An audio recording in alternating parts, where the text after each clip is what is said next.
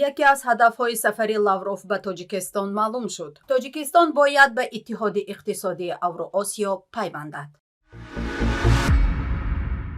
تاجیکستان از روی تعداد غلامان معاصر زیر استثمار قرار داشته به 6 گانه کشورهای غلامدار در جهان شامل شد. وزارت دفاع روسیه پیشنهاد کرد که برای سفربرکنی جنگنده‌ها با استفاده از پیامک‌های SMS دعوتنامه فرستاده شود. پیمان ملی تاجیکستان جداکاری تاجیک را به قهرمانی تبریک گفت. احتمال یکی از مسابقه‌های پرنفوذ UFC در تاجیکستان برپا می شود. سرگئی لاوروف وزیر کارهای خارجه روسیه که با سفری رسمی در تاجیکستان قرار دارد، دیروز 5 ایون در نزد سربازان و افسران پایگاه حربی روسیه در تاجیکستان سخنرانی کرد. در این سخنرانی طولانی او که اساساً به شکایت از غرب بخشیده شده بود، کوتاه به مناسبات به تاجیکستان هم اشاره شد که ظاهراً به یکی از هدفهای سفرش بستگی دارد. لاوروف گفت: امیدواریم میزبانان تاجیک ما که این سرزمینی مهمان نواز را در اختیار ما گذاشتند به زودی فایده های پیوستن به اتحاد اقتصادی اوراسیا را برای خود تعیین کنند. نفران روی آن کار میکنند. مکانیزم مشاوره خاص وجود دارد. قبل از سفر لاوروف به تاجیکستان 3 هفته تمام مهاجران تاجیک در روسیه زیر فشار و تعقیب و سرکوب سراسری قرار داشتند. کارشناسان این عملکرد روسیه را فشار سیاسی بالای مقامات تاجیکستان برای برآورده کردن کدام هدف می‌دانستند.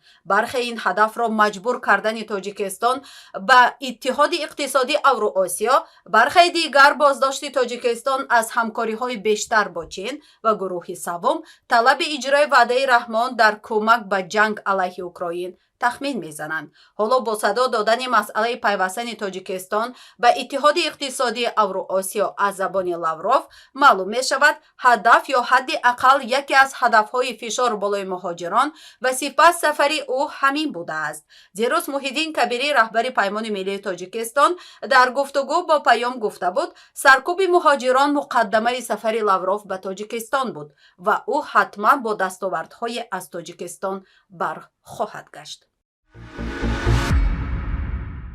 تاجیکستان از روی تعداد غلامان معاصر زیر استثمار قرار داشته در جهان زینه ششم را اشغال کرده به 10 گانه کشورهای دارای شاخص گلوبالی غلامی داخل شد و از افغانستان و روسیه و کویت پیش گذشت. تاجیکستان از روی تعداد غلامان معاصر در آسیای مرکزی در جای اول است.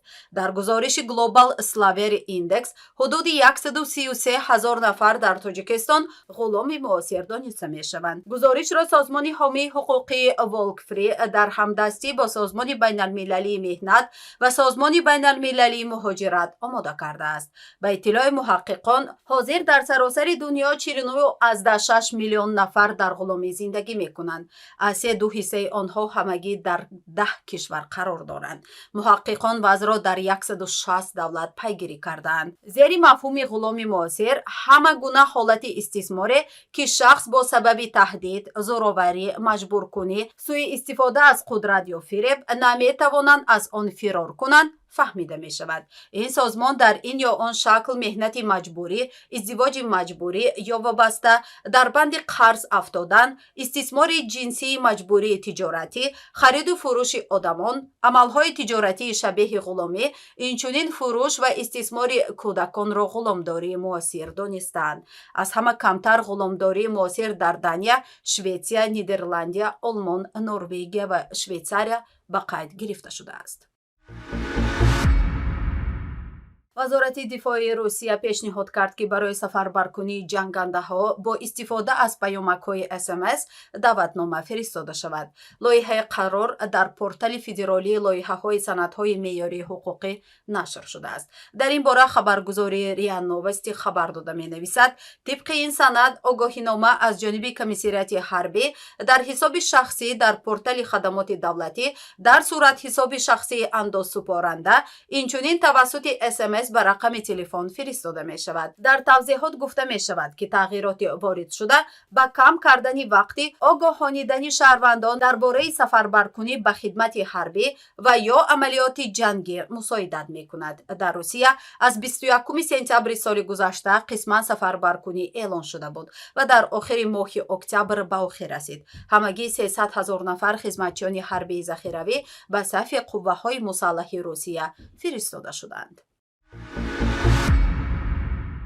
паймони миллии Тоҷикистон эътилофи мухолифони тоҷик дар хориҷ бо нашри паёми пирӯзии ҷудокори тоҷик дар мусобиқоти ҷаҳонии ҷудо ё Гран-прии Душанбе табрик гуфт. паймони миллии Тоҷикистон ба баёни ин ки миёни варзишкорони тоҷик истеъдодҳои аз ин ҳам бештар вуҷуд дорад ва барномарезиву сармоягузории дуруст ва одилона метавонад қаҳрамонҳои аз ин бештарро ҳам дар ҷудо ва ҳам дар дигар навъи варзишҳо насиби кишвари мо кунад изҳор дошта, ки дар ин рӯзҳои душвор барои мардуми муҳоҷир ин қаҳрамонӣ метавонад заррае ҳам бошад аз ранҷи онҳо бикоҳад ва мардуми моро хушҳол ва ба ояндаи нек умедвор созад. дар паёми табрикӣ таъкид шудааст, ки бахусус дар ду вазн баргузории финал байни худи тоҷикон далели омодагӣ ва ангезаи баланди варзишкорони мо буд, ки ҷойи таҳсин дорад. гуфтанист, тими ҷудои Тоҷикистон дар Гран-прии Душанбе 2023 оид ба ҷудо бо ноил шудан ба 3 медали тилло, 3 нуқра ва 1 биринҷӣ ҷойи аввалро сазовор шуд. эҳтимол яке аз мусобиқаҳои пурнуфузи UFC дар Тоҷикистон барпо мешавад. Дана Вайт ба суол дар бораи эҳтимоли баргузории мусобиқаи UFC дар Тоҷикистон посух дод. Дана Вайт гуфт: мо дар Нью-Ҷерси дар мусобиқа будем. баъд аз он ман дар Нью-Йорк мондам ва дар он ҷо як рӯзи хуберо дар ҳавои тоза гузаронидам ва бо дастаи худ дар боғ сайру гашт мекардем. Он ҷо бачаҳо аз Тоҷикистон маро иҳота карда дар бораи Муҳаммад Наимов пурсиданд. Дар тамоми боғ гирди мо одамони бисёре меомаданд. аз баргузории мусобиқаи UFC дар Тоҷикистон пурсиданд. бояд гуфт, Тоҷикистон ҷойи хеле гарм аст ва дар он ҷо одамон барои дастгирии муҳорибаи худ зиёд ҷамъ мешаванд. ман бисёр мехоҳам дар он ҷо бошам, аммо намедонам ки ҷойи мувофиқ барои баргузории мусобиқаи UFC дар ин кишвар ҳаст ё на. ва шумо медонед ки ин ҷо хеле гарм аст, ки дар он одамон барои дастгирии ҷангиёни худ ҷамъ мешаванд. ман мехостам ки дар чунин ҷой бошам, аммо намедонам ки онҳо майдонҳо доранд ё не, гуфт президенти UFC Дана Вайт.